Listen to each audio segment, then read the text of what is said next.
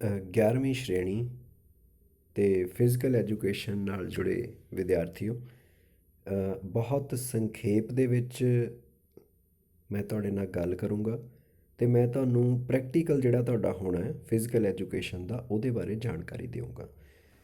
Detail ਦੇ ਵਿੱਚ ਗੱਲ ਜਿਹੜੀ ਹੈ ਉਹ ਆਪਾਂ ਇਹਦੇ ਵੱਖ-ਵੱਖ ਭਾਗਾਂ ਦੇ ਅਨੁਸਾਰ ਕਰਾਂਗੇ, ਪਰ ਆਪਾਂ ਅੱਜ ਮੋਟੇ ਤੌਰ ਦੇ ਉੱਤੇ ਸਮੁੱਚੇ ਰੂਪ ਦੇ ਵਿੱਚ 11ਵੀਂ ਸ਼੍ਰੇਣੀ ਦੇ ਵਿੱਚ ਫਿਜ਼ੀਕਲ ਐਜੂਕੇਸ਼ਨ ਦੇ ਵਿੱਚ ਕਿਹੜੇ ਪ੍ਰੈਕਟੀਕਲ ਹੋਣੇ ਨੇ ਅਤੇ ਕਿਵੇਂ ਹੋਣੇ ਨੇ ਅਤੇ ਕਿਹੜੇ ਕੰਮ ਅਸੀਂ ਕਰਨੇ ਨੇ, ਉਹਨਾਂ ਦੇ ਉੱਤੇ ਇੱਕ ਪੰਛੀ ਝਾਤ ਮਾਰਾਂਗੇ। ਸੋ ਬਹੁਤ ਸਪੀਡ 'ਤੇ ਆਓ ਆਪਾਂ ਫਟਾਫਟ ਦੇਖ ਲਈਏ, ਸਾਨੂੰ ਪਤਾ ਲੱਗ ਜੇ ਅਸੀਂ ਕੀ ਕਰਨਾ ਹੈ। ਪ੍ਰਯੋਗੀ ਭਾਵ ਪ੍ਰੈਕਟੀਕਲ ਆਸਪੈਕਟ। ਆ ਦੇਖੋ ਜੀ, ਸਭ ਤੋਂ ਪਹਿਲਾਂ ਇਹ ਹੈ ਯੋਗਾ ਬਾਰੇ। ਠੀਕ ਹੈ, ਯੋਗ ਬਾਰੇ ਆਪਾਂ ਪੜ੍ਹਿਆ ਹੋਇਆ।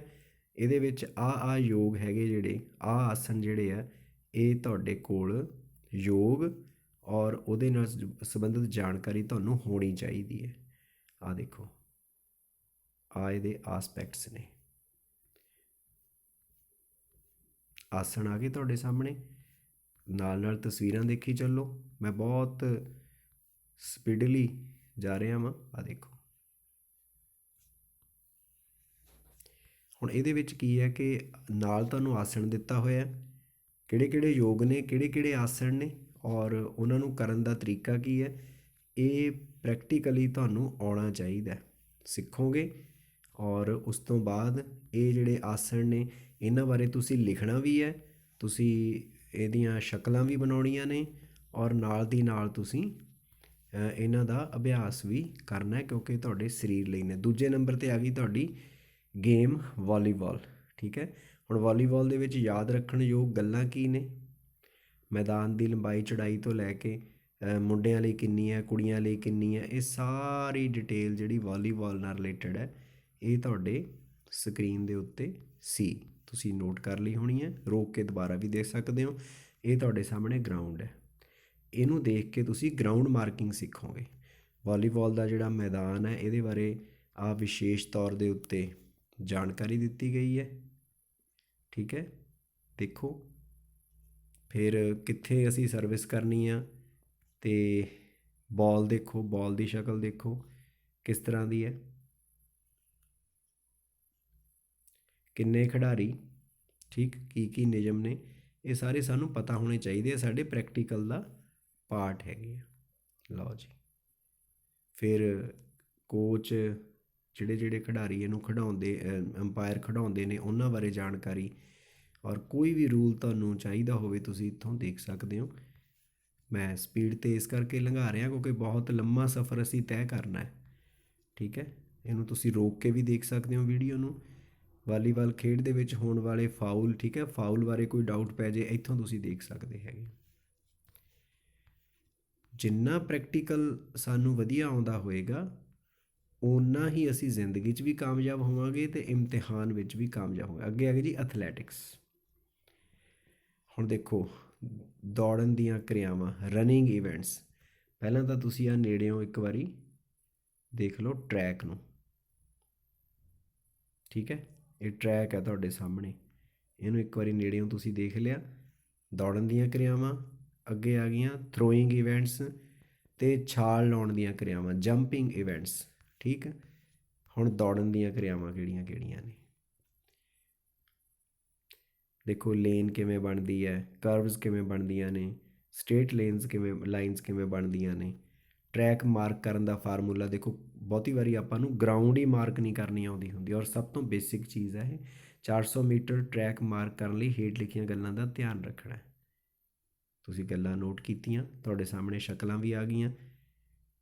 ਠੀਕ, ਆ ਦੇਖੋ ਟਰੈਕ ਦੇ ਤਰੀਕੇ। ਫਿਰ ਟਰੈਕ ਦੀ ਕਰਵ ਕਰਨ ਦਾ ਫਾਰਮੂਲਾ। ਠੀਕ ਹੈ, ਅੱਗੇ ਸਟੈਗਰ ਪਤਾ ਕਰਨ ਦਾ ਫਾਰਮੂਲਾ। ਆ ਦੇਖੋ ਸਟੈਗਰ। ਉਸ ਤੋਂ ਬਾਅਦ ਟਰੈਕ ਇਵੈਂਟਸ ਕਿਹੜੇ ਆ। ਛੋਟੀ ਦੂਰੀ ਦੀਆਂ ਦੌੜਾਂ ਆ ਗਈਆਂ, ਦਰਮਿਆਨੀ ਦੂਰੀ ਦੀਆਂ ਦੌੜਾਂ ਆ ਗਈਆਂ, ਲੰਮੀਆਂ ਦੌੜਾਂ ਆ ਗਈਆਂ। ਓਕੇ, ਦੌੜਾਂ ਦੀ ਸ਼ੁਰੂਆਤ ਦੀਆਂ ਕਿਸਮਾਂ। ਆ ਦੇਖੋ ਕਿਸ ਤਰੀਕੇ ਨਾਲ ਅਸੀਂ ਸਟਾਰਟ ਕਰਦੇ ਹਾਂ। ਸ਼ਕਲ ਦੇ ਨਾਲ ਤੁਹਾਨੂੰ ਹੋਰ ਸਪਸ਼ਟ ਹੋ ਜਾਊਗਾ। ਸਟਾਰਟ ਦੇਣ ਵੇਲੇ ਦੇ ਹੁਕਮ, ਠੀਕ ਹੈ। ਔਨ ਯੂਅਰ ਮਾਰਕ ਸੈਟ ਗੋ। ਲਓ ਜੀ, ਸ਼ਕਲਾਂ ਦੇ ਨਾਲ ਤੁਹਾਨੂੰ ਕਲੀਅਰ ਹੋ ਗਿਆ। ਉਸ ਤੋਂ ਬਾਅਦ ਆ ਹਡਲਸ ਨੇ ਜੀ। ਹਡਲਸ ਨੂੰ ਕਿਵੇਂ ਟੱਪਣਾ ਹੈ, ਹਡਲਸ ਕਿੰਨੀ ਮੁੰਡਿਆਂ ਲਈ ਕੁੜੀਆਂ ਲਈ ਸਾਰੇ। ਫਿਰ ਰਿਲੇ ਦੌੜ ਆ ਗਈ, ਬੈਟਨ ਜਿਹੜਾ ਹੈ ਉਹਦੀ ਲੰਬਾਈ, ਹੋਰ ਸਾਰਾ ਕੁਝ। ਆ ਦੇਖੋ ਬੈਟਨ ਨੂੰ ਅਸੀਂ ਕਿਵੇਂ ਹੈਂਡ ਓਵਰ ਕਰਦੇ ਹਾਂ। ਅੱਗੇ ਜਿਹੜੇ ਸੁੱਟਣ ਦੀਆਂ ਥਰੋਇੰਗ ਇਵੈਂਟਸ, ਆ ਦੇਖੋ ਅਸੀਂ ਗੋਲਾ ਸੁੱਟਦੇ ਹਾਂ ਤਾਂ ਕੀ ਤਰੀਕਾ ਹੈ ਸਾਡੇ ਕੋਲ, ਐਕਸ਼ਨ ਤੋਂ ਪਤਾ ਲੱਗ ਜਾਏਗਾ। ਉਸ ਤੋਂ ਬਾਅਦ ਅੱਗੇ ਹੈ ਗੋਲਾ ਸੁੱਟਣ ਦੇ ਥਰੋਇੰਗ ਸੈਕਟਰ ਦੀਆਂ ਮਿਣਤੀਆਂ ਕੀ ਨੇ। ਹੁਣ ਗੋਲੇ ਸੈਕਟਰ ਦਾ ਵਿਆਸ, ਕਿੱਦਾਂ ਦਾ ਗੋਲਾ, ਕਿੰਨਾ ਉਹਦਾ ਭਾਰ ਆ, ਮੁੰਡਿਆਂ ਲਈ ਕਿੰਨਾ, ਕੁੜੀਆਂ ਲਈ ਕਿੰਨਾ, ਕਿਵੇਂ ਇਹਨੂੰ ਸੁੱਟਣਾ, ਇਹ ਸਾਰੇ, ਅਤੇ ਕਿਵੇਂ ਇਹਦੀ ਅਸੀਂ ਜਿਹੜਾ ਮੈਦਾਨ ਤਿਆਰ ਕਰਨਾ, ਆ ਸਾਰੀ ਸ਼ਕਲਾਂ ਤੁਹਾਡੇ ਸਾਹਮਣੇ ਨੇ। ਮੈਂ ਤੁਹਾਨੂੰ ਦੱਸਿਆ ਬਹੁਤ ਸਪੀਡ ਦੇ ਉੱਤੇ ਜਾ ਰਿਹਾ, ਤੁਸੀਂ ਰੁਕ ਕੇ ਵੀ ਇਹਨੂੰ ਦੇਖ ਸਕਦੇ ਹੈਗੇ ਹੋ। ਸਾਰਾ ਕੁਝ ਲਿਖਿਆ ਹੋਇਆ, ਤੁਸੀਂ ਰੁਕ ਕੇ ਦੇਖ ਸਕਦੇ ਹੋ। ਮੈਂ ਸਿਰਫ ਇੱਕ ਵਾਰੀ ਤੁਹਾਨੂੰ ਦੱਸ ਰਿਹਾ ਕਿ ਪ੍ਰੈਕਟੀਕਲ 'ਚ ਕਾਫੀ ਕੁਝ ਹੈ। ਫਿਜ਼ੀਕਲ ਐਜੂਕੇਸ਼ਨ ਇੱਕ ਬਹੁਤ ਇੰਪੋਰਟੈਂਟ ਵਿਸ਼ਾ ਹੈਗਾ। ਇਹਨੂੰ ਅਸੀਂ ਸਿਰਫ ਇਕੱਲਾ ਪਾਸ ਹੋਣ ਲਈ ਨਾ ਰੱਖੀਏ। ਆ ਦੇਖੋ ਬਹੁਤ ਟੈਕਨੀਕਲ ਤਰੀਕੇ ਨਾਲ ਇਹ ਚੀਜ਼ ਬਣੀ ਹੋਈ ਹੈ, ਇਹਨੂੰ ਧਿਆਨ ਨਾਲ ਦੇਖੋ ਜੀ। ਆਓ ਅੱਗੇ ਚੱਲਦੇ ਹਾਂ। ਡਿਸਕਸ ਸੁੱਟਣ ਵਾਲੀ ਐਂਟਰੀ ਸੈਕਟਰ ਦੇ ਪਿੱਛੋਂ ਤੋਂ ਹੋਵੇਗੀ। ਆਹ ਨਿਯਮ ਨੇ ਡਿਸਕਸ ਥਰੋ ਦੇ, ਠੀਕ ਹੈ। ਉਸ ਤੋਂ ਬਾਅਦ ਜੈਵਲਿਨ ਥਰੋ। ਜੈਵਲਿਨ ਥਰੋ ਵਾਸਤੇ ਰੂਲ ਤੁਹਾਡੇ ਸਕਰੀਨ 'ਤੇ ਮੈਂ ਰੋਕ ਦਿੱਤੇ ਨੇ, ਇੱਕ ਵਾਰੀ ਇਹਨਾਂ ਨੂੰ ਨੋਟ ਕਰ ਲਓ। ਆ ਦੇਖੋ ਜੀ। ਉਸ ਤੋਂ ਬਾਅਦ ਆ ਗਏ ਅਸੀਂ ਜੈਵਲਿਨ ਸੁੱਟਣ ਵੇਲੇ ਕੁਝ ਨਿਯਮ ਜੋ ਹੈ।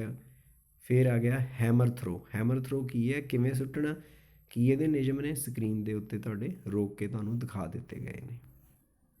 ਆ ਦੇਖੋ ਜੀ। ਉਸ ਤੋਂ ਬਾਅਦ ਹੈ ਛਾਲ ਲਾਉਣ ਦੀ ਕਿਰਿਆ, ਜੰਪਿੰਗ ਇਵੈਂਟਸ। ਆ ਦੇਖੋ ਛਾਲ, ਰਨਵੇ ਲੰਬੀ ਕਿੰਨੀ ਹੋਣੀ ਚਾਹੀਦੀ ਹੈ, ਲੰਬਾਈ ਕਿੰਨੀ, ਚੌੜਾਈ ਕਿੰਨੀ, ਠੀਕ ਹੈ, ਕਿੱਥੋਂ ਅਸੀਂ ਉੱਪਰ ਨੂੰ ਉੱਠਣਾ, ਇਹ ਸਾਰਾ ਇੱਕ ਵਾਰ ਧਿਆਨ ਨਾਲ ਤੁਸੀਂ ਨੋਟ ਕਰ ਸਕਦੇ ਹੋ। ਫਿਰ ਉਸ ਤੋਂ ਬਾਅਦ ਆ ਦੇਖੋ, ਲਓ ਜੀ, ਭੱਜਣਾ, ਉੱਪਰ ਨੂੰ ਕੁੱਦਣਾ, ਅਤੇ ਉਸ ਤੋਂ ਬਾਅਦ ਲੈਂਡਿੰਗ, ਜਦੋਂ ਅਸੀਂ ਥੱਲੇ ਡਿੱਗਣਾ ਹੈਗਾ, ਹੈ ਨਾ। ਉਸ ਤੋਂ ਬਾਅਦ ਫਿਰ ਸਾਡੇ ਕੋਲ ਆ ਜਿਹੜੇ ਅਧਿਕਾਰੀ ਕੰਮ ਕਰਦੇ ਨੇ। ਫਿਰ ਹੈ ਟ੍ਰਿਪਲ ਜੰਪ, ਤੀਹਰੀ ਛਾਲ ਜਿਹਨੂੰ ਅਸੀਂ ਕਹਿੰਦੇ ਹਾਂ। ਹੁਣ ਇਹਦੇ ਵਾਸਤੇ ਨਿਯਮ ਨੋਟ ਕੀਤੇ। ਫਿਰ ਅਸੀਂ ਅੱਗੇ ਚਲੇ ਗਏ, ਸਾਡੇ ਸਾਹਮਣੇ ਸ਼ਕਲਾਂ ਨੇ ਸਾਨੂੰ ਬਿਲਕੁਲ ਕਲੀਅਰ ਕਰ ਦਿੱਤਾ। ਨਿਯਮ ਆ ਗਏ। ਉੱਚੀ ਛਾਲ, ਹਾਈ ਜੰਪ। ਹੁਣ ਹਾਈ ਜੰਪ ਦੇ ਨਿਯਮ ਸਾਡੇ ਸਾਹਮਣੇ ਆਏ, ਨੋਟ ਕੀਤੇ। ਲੈਂਡਿੰਗ ਏਰੀਆ ਕਿੱਦਾਂ ਦਾ ਹੋਣਾ ਚਾਹੀਦਾ ਤਾਂ ਕਿ ਸਾਡੇ ਸੱਟ ਫੇਟ ਵੀ ਨਾ ਲੱਗੇ। ਉਸ ਤੋਂ ਬਾਅਦ ਆ ਗਿਆ ਸਾਡੇ ਕੋਲ ਪੋਲ ਵਾਟ। ਪੋਲ ਵਾਟ ਪੰਜਾਬ ਦੇ ਪਿੰਡਾਂ ਦੇ ਵਿੱਚ ਤਾਂ ਬਹੁਤਾ ਜ਼ਿਆਦਾ ਨਹੀਂ ਹੈ। ਓਲੰਪਿਕ ਦੇ ਵਿੱਚ ਤੁਸੀਂ ਜਾਂ ਕੁਝ ਨੈਸ਼ਨਲ ਇਵੈਂਟਸ ਦੇ ਵਿੱਚ ਤੁਸੀਂ ਦੇਖਿਆ ਹੋਣਾ, ਠੀਕ ਹੈ। ਪੋਲ ਵਾਟ ਕੀ ਹੈ, ਜਦੋਂ ਇੱਕ ਸਟਿੱਕ ਦੇ ਉੱਤੋਂ ਦੀ ਅਸੀਂ ਕਿਸੇ ਉਚਾਈ ਨੂੰ ਪਾਰ ਕਰਦੇ ਹਾਂ, ਠੀਕ ਹੈ ਜੀ। ਉਸ ਤੋਂ ਬਾਅਦ ਅੱਗੇ ਹੈ ਸਾਡੇ ਕੋਲ ਟੇਬਲ ਟੈਨਿਸ। ਹੁਣ ਟੇਬਲ ਟੈਨਿਸ ਬਾਰੇ ਦੇਖੋ। ਟੇਬਲ ਟੈਨਿਸ ਦੇ ਵਿੱਚ ਕੀ ਆ ਰਿਹਾ ਤੁਹਾਡੇ ਸਾਹਮਣੇ, ਯਾਦ ਰੱਖਣ ਯੋਗ ਗੱਲਾਂ। ਮੇਜ਼ ਦਾ ਆਕਾਰ ਕੀ ਹੈ, ਸਾਰਾ ਕੁਝ ਉਹਦੇ ਬਾਰੇ, ਇਹਦਾ ਇਤਿਹਾਸ। ਆ ਲਓ ਜੀ, ਟੇਬਲ ਟੈਨਿਸ ਦਾ ਮੇਜ਼ ਦੇਖੋ ਇੱਕ ਵਾਰ। ਗੇਂਦ ਟੇਬਲ ਟੈਨਿਸ ਵਾਲੀ ਜਿਹੜੀ ਹੈਗੀ ਆ, ਬਾਲ, ਰੈਕਟ ਟੇਬਲ ਟੈਨਿਸ ਦਾ। ਫਿਰ ਇਹ ਜਿਹੜੇ ਖੇਡ ਦੇ ਕ੍ਰਮ ਨੇ, ਨਿਯਮ ਨੇ, ਤਰੀਕੇ ਨੇ, ਠੀਕ ਹੈ, ਅਤੇ ਇਹ ਸਾਰੇ ਰੂਲ ਰੈਗੂਲੇਸ਼ਨ ਤੁਹਾਡੇ ਕੋਲ। ਉਸ ਤੋਂ ਬਾਅਦ ਖੇਡ ਮੈਚ ਅਭਿਆਸ, ਅਤੇ ਅਗਲੀ ਹੈ ਜੀ ਸਾਡੇ ਕੋਲ ਹੈਂਡਬਾਲ। ਆ ਲਓ, ਹੈਂਡਬਾਲ ਨੂੰ ਮੈਂ ਸਕਰੀਨ ਦੇ ਉੱਤੇ ਇੱਕ ਵਾਰੀ ਰੋਕ ਕੇ ਸਾਰਾ ਹੀ ਚਾਰਟ ਤੁਹਾਨੂੰ ਦਿਖਾ ਦਿੰਦਾ, ਇੱਕ ਵਾਰ ਦੇਖ ਲਓ ਜੀ। ਯਾਦ ਰੱਖਣ ਯੋਗ ਗੱਲਾਂ ਕਿਹੜੀਆਂ ਕਿਹੜੀਆਂ ਨੇ, ਲੰਬਾਈ ਅਤੇ ਚੌੜਾਈ ਮੈਦਾਨ ਦੀ। ਉਸ ਤੋਂ ਬਾਅਦ ਸਾਰੇ ਨਿਯਮ, ਹੈਂਡਬਾਲ ਦੇ ਮੈਦਾਨ ਕਿੱਦਾਂ ਦਾ ਹੁੰਦਾ ਹੈ। ਆ ਦੇਖੋ, ਗਰਾਊਂਡ ਹੀ ਨਹੀਂ ਕਈ ਵਾਰੀ ਸਾਨੂੰ ਮਾਰਕ ਕਰਨੀ ਆਉਂਦੀ, ਕਿਉਂਕਿ ਅਸੀਂ ਹੋਰ ਪਾਸੇ ਤਾਂ ਤੁਰੇ ਫਿਰਦੇ ਹਾਂ, ਲੇਕਿਨ ਆਪਣੀ ਕਿਤਾਬ ਨੂੰ ਨਹੀਂ ਦੇਖਦੇ। ਆ ਦੇਖੋ, ਗੋਲ ਪੋਸਟ ਜਿਹੜਾ ਹੈ ਕਿਵੇਂ ਬਣਾਉਣਾ ਹੈਂਡਬਾਲ ਵਾਸਤੇ। ਇੱਕ ਇੱਕ ਚੀਜ਼ ਤੁਹਾਨੂੰ ਕਲੀਅਰ ਕੀਤੀ ਗਈ ਹੈ, ਕਿਵੇਂ ਐਂਟੀਨਾਜ਼ ਲਾਉਣੇ ਹੈਗੇ ਆ, ਖੇਡ ਦਾ ਮੈਦਾਨ, ਕਿਹੜੇ ਕਿਹੜੇ ਅਧਿਕਾਰੀ ਹੁੰਦੇ ਆ, ਟੀਮ, ਸਮਾਂ ਖੇਡ ਦਾ, ਠੀਕ ਹੈ, ਗੋਲ ਪੋਸਟ, ਗੋਲ ਦਾ ਖੇਤਰ, ਫ੍ਰੀ ਥਰੋ ਲਾਈਨ, ਸਾਰਾ ਕੁਝ, ਪੈਨਲਟੀ ਲਾਈਨ, ਖੇਡ ਦਾ ਆਰੰਭ, ਗੋਲ ਥਰੋ, ਸਾਰੀਆਂ ਨਿਯਮ ਜਾਣਕਾਰੀਆਂ ਇਸ ਥਾਂ ਦੇ ਉੱਤੇ ਪਈਆਂ ਨੇ। ਕਦੇ ਕੋਈ ਸ਼ੱਕ ਹੋਵੇ ਤਾਂ ਦੇਖ ਲੈਣਾ। ਅਫੀਸ਼ੀਅਲ ਦੇਖੋ ਜਿਹੜੇ ਖਿਡਾਉਂਦੇ ਨੇ ਗੇਮ ਨੂੰ ਉਹਨਾਂ ਬਾਰੇ ਜਾਣਕਾਰੀ ਹੈ, ਅਤੇ ਜਿਹੜੇ ਤੁਹਾਨੂੰ ਕਾਰਡ ਦਿਖਾਏ ਜਾਂਦੇ ਨੇ ਖੇਡ ਦੇ ਦੌਰਾਨ, ਚੇਤਾਵਨੀ ਦਿੱਤੀ ਜਾਂਦੀ ਹੈ। ਆਹ ਦੇਖੋ, ਹੁਣ ਅਗਲੀ ਖੇਡ ਆ ਗਈ ਜੀ ਸਾਡੀ ਫੁੱਟਬਾਲ। ਬੜੇ ਲੋਕ ਇਹਨੂੰ ਪਸੰਦ ਕਰਦੇ ਨੇ, ਨੌਜਵਾਨਾਂ ਦੀ ਪਸੰਦੀਦਾ ਖੇਡ ਹੈ। ਫੁੱਟਬਾਲ ਦੇ ਮੈਦਾਨ ਦੀ ਲੰਬਾਈ, ਆਇਤਾਕਾਰ ਮੈਦਾਨ ਅਤੇ ਨਿਯਮ ਤੁਸੀਂ ਦੇਖ ਲਏ। ਇਹਨੂੰ ਵੀ ਅਸੀਂ ਆਹ ਦੇਖੋ ਬਹੁਤ ਨਜ਼ਦੀਕ ਤੋਂ ਤੁਸੀਂ ਦੇਖ ਸਕਦੇ ਹੋ ਫੁੱਟਬਾਲ ਦੇ ਮੈਦਾਨ ਦੀ ਬਣਤਰ, ਰੇਖਾਵਾਂ ਕਿਵੇਂ ਖਿੱਚਣੀਆਂ ਨੇ, ਕਿਵੇਂ ਅਸੀਂ ਗੋਲ ਖੇਤਰ, ਕਾਰਨਰ ਖੇਤਰ, ਪੈਨਲਟੀ ਖੇਤਰ, ਗੇਂਦ ਕਿੱਦਾਂ ਦੀ, ਇਹ ਸਾਰਾ ਮੈਂ ਤੁਹਾਨੂੰ ਇੱਕ ਵਾਰੀ ਸਪੀਡ 'ਤੇ ਦਿਖਾ ਰਿਹਾ। ਗੋਲ ਪੋਸਟ ਦੇਖੋ ਜੀ, ਗੋਲ ਦੇ ਖੰਭੇ ਜਿਹੜੇ ਆ ਸਾਡੇ, ਖਿਡਾਰੀਆਂ ਦੀ ਗਿਣਤੀ, ਖਿਡਾਰੀਆਂ ਦਾ ਸਨਮਾਨ ਕਿਵੇਂ ਹੁੰਦਾ, ਖੇਡ ਅਧਿਕਾਰੀ ਕਿਹੜੇ ਕਿਹੜੇ ਨੇ, ਖੇਡ ਦਾ ਸਮਾਂ, ਖੇਡ ਦੀ ਸ਼ੁਰੂਆਤ, ਸਕੋਰ, ਠੀਕ ਹੈ ਜੀ, ਆਫਸਾਈਡ ਦਾ ਕੀ ਨਿਯਮ ਹੈਗਾ ਵਾ, ਕਿੰਨਾ ਹਾਲਤਾਂ 'ਚ ਖਿਡਾਰੀ ਆਫਸਾਈਡ ਨਹੀਂ ਹੁੰਦਾ, ਥਰੋ ਇਨ ਕਦੋਂ ਹੁੰਦਾ, ਕਿੱਕ ਆਫ ਕਦੋਂ ਹੁੰਦਾ, ਫ੍ਰੀ ਕਿੱਕ ਕਦੋਂ ਹੁੰਦੀ ਹੈ, ਇਹ ਨਿਯਮ ਸਾਰੇ ਤੁਹਾਡੇ ਕੋਲ ਨੇ। ਕਾਰਨਰ ਕਿੱਕ ਕੀ ਹੈ, ਅਤੇ ਅਗਲੀ ਗੇਮ ਹੈ ਸਾਡੀ ਕਬੱਡੀ, ਠੀਕ ਹੈ ਜੀ। ਚੜਾਈ ਲੰਬਾਈ ਤੁਹਾਡੇ ਸਾਹਮਣੇ ਹੈ। ਉਸ ਤੋਂ ਬਾਅਦ ਕਬੱਡੀ ਦਾ ਇਤਿਹਾਸ, ਮੈਟ 'ਤੇ ਜਿਹੜੀ ਖੇਡਦੇ ਹਾਂ, ਗਰਾਊਂਡ 'ਤੇ ਖੇਡਦੇ ਹਾਂ, ਬਾਊਂਡਰੀ ਲਾਈਨ, ਆ ਲਓ ਜੀ, ਅੰਤਿਮ ਰੇਖਾ, ਬੋਨਸ ਲਾਈਨ, ਬਾਕ ਲਾਈਨ, ਠੀਕ ਹੈ। ਉਸ ਤੋਂ ਬਾਅਦ ਆ ਗਈ ਸਾਡੀ ਸੈਂਟਰ ਲਾਈਨ, ਫਿਰ ਬਾਕ ਲਾਈਨ, ਬਾਕੀ ਸਾਰੇ ਰੂਲ ਤੁਹਾਡੇ ਸਾਹਮਣੇ। ਉਸ ਤੋਂ ਬਾਅਦ ਆ ਗਈ ਲੌਬੀ, ਅੱਧ ਲਾਈਨ, ਬਾਕ ਲਾਈਨ, ਇਹਦੇ ਬਾਰੇ ਡਿਟੇਲ, ਅਤੇ ਉਮਰ ਹੱਦ ਜਿਹੜੀ ਆ ਕਬੱਡੀ ਖੇਡਣ ਵਾਲੇ ਖਿਡਾਰੀ ਦਾ ਭਾਰ, ਇਹ ਸਾਰਾ ਕਿਲੋਗ੍ਰਾਮਾਂ ਦੇ ਵਿੱਚ। ਨੈਸ਼ਨਲ ਸਕੂਲ ਗੇਮ ਵਿੱਚ ਭਾਰ, ਅਧਿਕਾਰੀ ਕਿਹੜੇ ਹੁੰਦੇ ਆ, ਲੋਨਾ ਕਦੋਂ ਹੁੰਦਾ ਹੈ, ਲਓ ਜੀ, ਰੂਲ ਦੇਖੋ ਸਾਰੇ, ਫਾਉਲ ਦੇ ਰੂਲ ਦੇਖੋ ਸਾਰੇ। ਆ ਇਹਦੇ ਪ੍ਰਸ਼ਨ ਉੱਤਰ। ਅਤੇ ਅਗਲੀ ਖੇਡ ਹੈ ਸਰਕਲ ਸਟਾਈਲ ਕਬੱਡੀ। ਖਿਡਾਰੀਆਂ ਦੀ ਗਿਣਤੀ, ਮੈਚ ਖੇਡਣ ਵਾਲੇ ਖਿਡਾਰੀ, ਸਮਾਂ, ਆ ਸਰਕਲ ਸਟਾਈਲ ਕਬੱਡੀ। ਮੱਧ ਰੇਖਾ, ਕੋਟ, ਠੀਕ ਹੈ, ਰੇਡਰ ਦੇ ਖੜਨ ਵਾਲੀ ਥਾਂ, ਪਾਲਾ ਜਿਹੜਾ ਉਹਦਾ ਹੈਗਾ, ਉਮਰ ਵਰਗ ਅਤੇ ਭਾਰ, ਫਿਰ ਕਬੱਡੀ ਖੇਡ ਵਿੱਚ ਵਰਤੇ ਜਾਣ ਵਾਲੇ ਖਾਸ ਸ਼ਬਦ,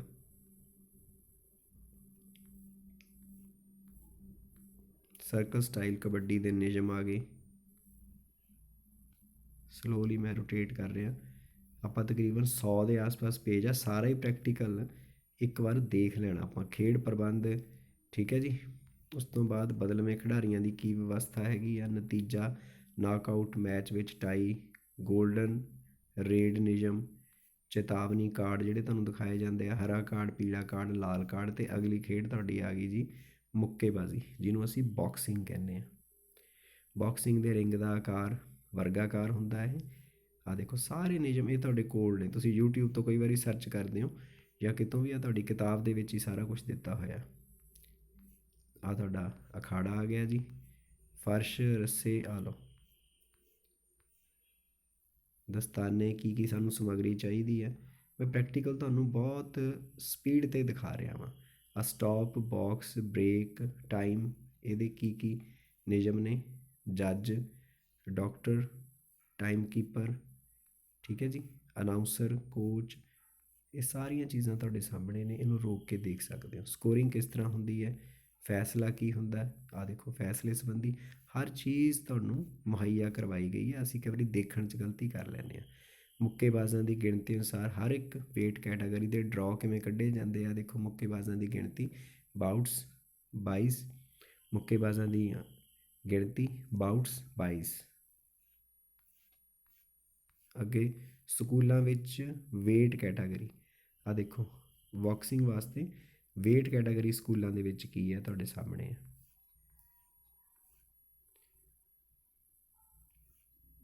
ਆਪਦੀਆਂ ਕੁਝ ਪਰਿਭਾਸ਼ਾਵਾਂ ਨੇ, ਬਾਕਸਿੰਗ ਦੀਆਂ ਜਿਹੜੀਆਂ ਵਰਤੀਆਂ ਜਾਂਦੀਆਂ ਨੇ, ਅਤੇ ਬਾਕਸਿੰਗ ਤੋਂ ਬਾਅਦ ਅਗਲੀ ਖੇਡ ਪ੍ਰੈਕਟੀਕਲ ਹੈ ਸਾਡੀ ਬਾਸਕਟਬਾਲ। ਸਕਰੀਨ 'ਤੇ ਤੁਸੀਂ ਨੋਟ ਕਰ ਰਹੇ ਹੋ। ਜੋ ਜੋ ਵੀ ਚੀਜ਼ ਤੁਹਾਨੂੰ ਸਮਝ ਨਾ ਆਵੇ ਤੁਸੀਂ ਰੋਕ ਕੇ ਦੁਬਾਰਾ ਦੇ ਸਕਦੇ ਹੋ। ਮੈਦਾਨ ਦੇਖੋ, ਬਾਸਕਟਬਾਲ ਦਾ ਰਿੰਗ ਆ ਦੇਖੋ, ਬਹੁਤ ਕਲੀਅਰ ਦਿਖਾਇਆ ਗਿਆ, ਠੀਕ ਹੈ। ਉਸ ਤੋਂ ਬਾਅਦ ਫਿਰ ਹੈ ਸਾਡੇ ਕੋਲੇ ਤਕਨੀਕੀ ਸਮਾਨ ਜਿਹੜਾ ਸਾਨੂੰ ਚਾਹੀਦਾ। ਆ ਦੇਖੋ, ਟੀਮਾਂ ਬਾਰੇ, ਕੋਚ ਬਾਰੇ, ਕਪਤਾਨ ਬਾਰੇ, ਖੇਡ ਦੇ ਸਮੇਂ ਬਾਰੇ ਨਿਯਮ ਤੁਸੀਂ ਦੇਖੇ ਨੇ, ਖੇਡ ਦੀ ਸ਼ੁਰੂਆਤ ਅਤੇ ਜੰਪ ਬਾਲ, ਲਾਈਵ ਬਾਲ, ਡੈਡ ਬਾਲ, ਇਹ ਸਾਰੇ ਨਿਯਮ ਇਸ ਗੇਮ ਦੇ ਜਿਹੜੇ ਦਿੱਤੇ ਹੋਏ ਆ। ਫ੍ਰੀ ਥਰੋ ਕਦੋਂ, ਕਿੱਥੋਂ, ਕਿਵੇਂ, 3 ਸੈਕਿੰਡ ਨਿਯਮ, 5 ਸੈਕਿੰਡ ਨਿਯਮ, 8 ਸੈਕਿੰਡ ਨਿਯਮ, 24 ਸੈਕਿੰਡ ਨਿਯਮ, ਇਹ ਸਾਰੇ ਟੈਕਨੀਕੈਲਿਟੀਜ਼ ਨੇ ਇਸ ਗੇਮ ਦੀਆਂ। ਅਤੇ ਬਾਸਕਟਬਾਲ ਦਾ ਜਿਹੜਾ ਫਾਊਲ ਹੈ, ਸਜ਼ਾ ਵਾ, ਸਜ਼ਾ ਦਾ ਤਰੀਕਾ, ਤਕਨੀਕੀ ਫਾਊਲ, ਠੀਕ ਹੈ, ਸਜ਼ਾ, ਜਾਣ ਬੁੱਝ ਕੇ ਫਾਊਲ ਕਰਨਾ, ਉਹਦੇ ਲਈ ਕੀ ਸਜ਼ਾ ਹੈ, ਇਹ ਸਾਰਾ ਤੁਹਾਡੀ ਸਕਰੀਨ ਦੇ ਉੱਤੇ ਰੋਟੇਟ ਹੋ ਰਿਹਾ। ਆਫੀਸ਼ੀਅਲ ਸਿਗਨਲਸ, ਕਿਹੜੇ ਕਿਹੜੇ ਸਿਗਨਲ ਦਿੱਤੇ ਜਾਂਦੇ ਆ, ਆ ਦੇਖੋ।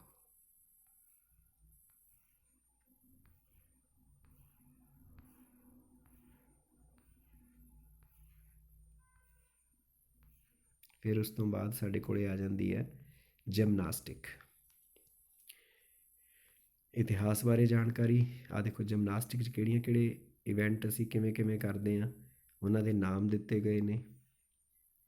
ਉਸ ਤੋਂ ਬਾਅਦ ਲੜਕੀਆਂ ਵੱਲੋਂ ਵਰਤੇ ਜਾਣ ਵਾਲੇ ਜਿਮਨਾਸਟਿਕ ਦੇ ਆਪਰੇਟਸ ਜਿਹੜੇ ਨੇ ਉਹ ਦਿੱਤੇ ਗਏ ਨੇ। ਅੱਗੋਂ ਜਾਣਕਾਰੀ ਕਿਸ ਤਰ੍ਹਾਂ ਦੇ ਮੈਟਸ ਨੇ, ਕਿਸ ਤਰ੍ਹਾਂ ਖੇਡੀ ਜਾਂਦੀ ਹੈ। ਫਿਰ ਅਨਈਵਨ ਬਾਰ, ਆ ਦੇਖੋ ਜਿਮਨਾਸਟਿਕ ਲਈ ਸਮੱਗਰੀ ਜਿਹੜੀ ਹੈ। ਕਾਰਜਕਾਰੀ ਖੇਤਰ ਦੀ ਲੰਬਾਈ ਅਤੇ ਚੌੜਾਈ,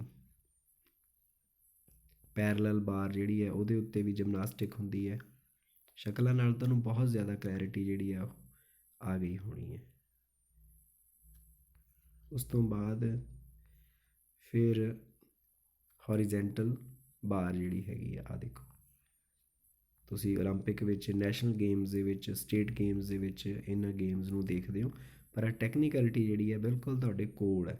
ਮੈਂ ਸਪੀਡ 'ਤੇ ਤਾਂ ਦਿਖਾ ਰਿਹਾ ਕਿਉਂਕਿ ਆਪਾਂ 100 ਦੇ ਆਸ-ਪਾਸ ਪੇਜ ਜਿਹੜਾ ਹੈਗਾ ਉਹ ਇਸ ਵੀਡੀਓ 'ਚ ਕਵਰ ਕੀਤਾ। ਮੈਂ ਸਿਰਫ ਇੱਕ ਵਾਰ ਤੁਹਾਨੂੰ ਝਾਤੀ ਮਰਵਾ ਰਿਹਾ ਕਿ ਤੁਹਾਡੇ ਕੋਲ ਤੁਹਾਨੂੰ ਪਤਾ ਲੱਗ ਜੇ ਕੀ ਕੀ। ਇਹਨੂੰ ਡਿਟੇਲ ਦੇ ਵਿੱਚ ਆਪਾਂ ਅਲੱਗ ਤੋਂ ਜਾਣਾਂਗੇ। ਇਹ ਸਿਰਫ ਤੁਹਾਨੂੰ ਦੱਸਣ ਦੇ ਲਈ ਸੀ ਕਿ ਹਾਂ ਇੰਨਾ ਕੁਝ ਤੁਹਾਡੇ ਕੋਲ ਤੁਹਾਡੀ ਕਿਤਾਬ ਵਿੱਚ ਹੈ। ਲਓ ਜੀ, ਲਾਸਟ ਦੇ ਉੱਤੇ ਹੈ ਜੀ ਗੱਤਕਾ। ਯਾਦ ਰੱਖਣ ਯੋਗ ਗੱਲਾਂ ਗੱਤਕੇ ਨਾਲ ਜੁੜੀਆਂ ਹੋਈਆਂ। ਗੱਤਕੇ ਦਾ ਇਤਿਹਾਸ ਆ ਗਿਆ, ਗੱਤਕੇ ਦੇ ਮੁਕਾਬਲੇ ਆ ਗਏ, ਫ੍ਰੀ ਸੋਟੀ ਟੀਮ ਇਵੈਂਟ, ਫ੍ਰੀ ਸੋਟੀ ਵਿਅਕਤੀਗਤ ਇਵੈਂਟ। ਆ ਲਓ ਫਾਊਲ ਕਿਵੇਂ ਹੁੰਦਾ ਇਹਦੇ ਵਿੱਚ, ਗੱਤਕਾ ਮੁਕਾਬਲੇ ਕਰਾਉਣ ਲਈ ਗਰਾਊਂਡ, ਖੇਡ ਖੇਤਰ, ਬਾਹਰ ਵਾਲਾ ਖੇਤਰ, ਰਾਖਵਾਂ ਖੇਤਰ, ਗੱਤਕਾ ਮੁਕਾਬਲੇ ਲਈ ਸਧਾਰਨ ਨਿਯਮ। ਆਹ ਗੱਤਕੇ ਦੀ ਗਰਾਊਂਡ ਹੈ ਤੁਹਾਡੇ ਸਾਹਮਣੇ, ਠੀਕ ਹੈ ਜੀ। ਆ ਇਹਦੇ ਅਭਿਆਸ ਦੇ ਪ੍ਰਸ਼ਨ ਨੇ, ਤੁਸੀਂ ਨੋਟ ਕੀਤੇ। ਸੋ ਵਿਦਿਆਰਥੀਓ, ਆਪਾਂ 15-20 ਮਿੰਟ ਦੇ ਵਿੱਚ ਸਾਰੇ ਪ੍ਰੈਕਟੀਕਲ ਜਿਹੜੇ ਅਸੀਂ 11ਵੀਂ ਸ਼੍ਰੇਣੀ ਦੇ ਵਿੱਚ ਕਰਦੇ ਹਾਂ ਉਹਨਾਂ ਬਾਰੇ ਜਾਣਕਾਰੀ ਹਾਸਿਲ ਕੀਤੀ। ਇਹ ਜਾਣਕਾਰੀ ਇਕੱਲੀ 11ਵੀਂ ਸ਼੍ਰੇਣੀ ਲਈ ਨਹੀਂ, ਸਾਰੀ ਜ਼ਿੰਦਗੀ ਤੁਹਾਡੇ ਕੰਮ ਆਉਣ ਵਾਲੀ ਹੈ।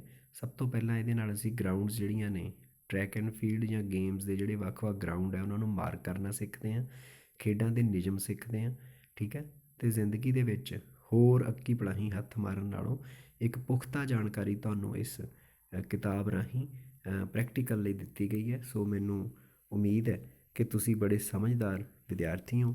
ਤੁਸੀਂ ਫਿਜ਼ੀਕਲ ਐਜੂਕੇਸ਼ਨ ਨੂੰ ਇੱਕ ਬਹੁਤ ਹੀ ਉੱਤਮ ਸਾਇੰਸ ਮੰਨਦੇ ਹੋਏ ਪੜ੍ਹ ਰਹੇ ਹੋ, ਅਤੇ ਤੁਸੀਂ ਸਿਰਫ ਇਹਨੂੰ ਇਸ ਲਈ ਨਹੀਂ ਰੱਖਿਆ ਕਿ ਇਹਦੇ ਵਿੱਚੋਂ ਨੰਬਰ ਸੌਖੇ ਆ ਜਾਂਦੇ ਨੇ। ਇਹ ਜ਼ਿੰਦਗੀ ਨੂੰ ਸਿਖਾਉਣ ਵਾਲਾ ਵਿਸ਼ਾ ਹੈ।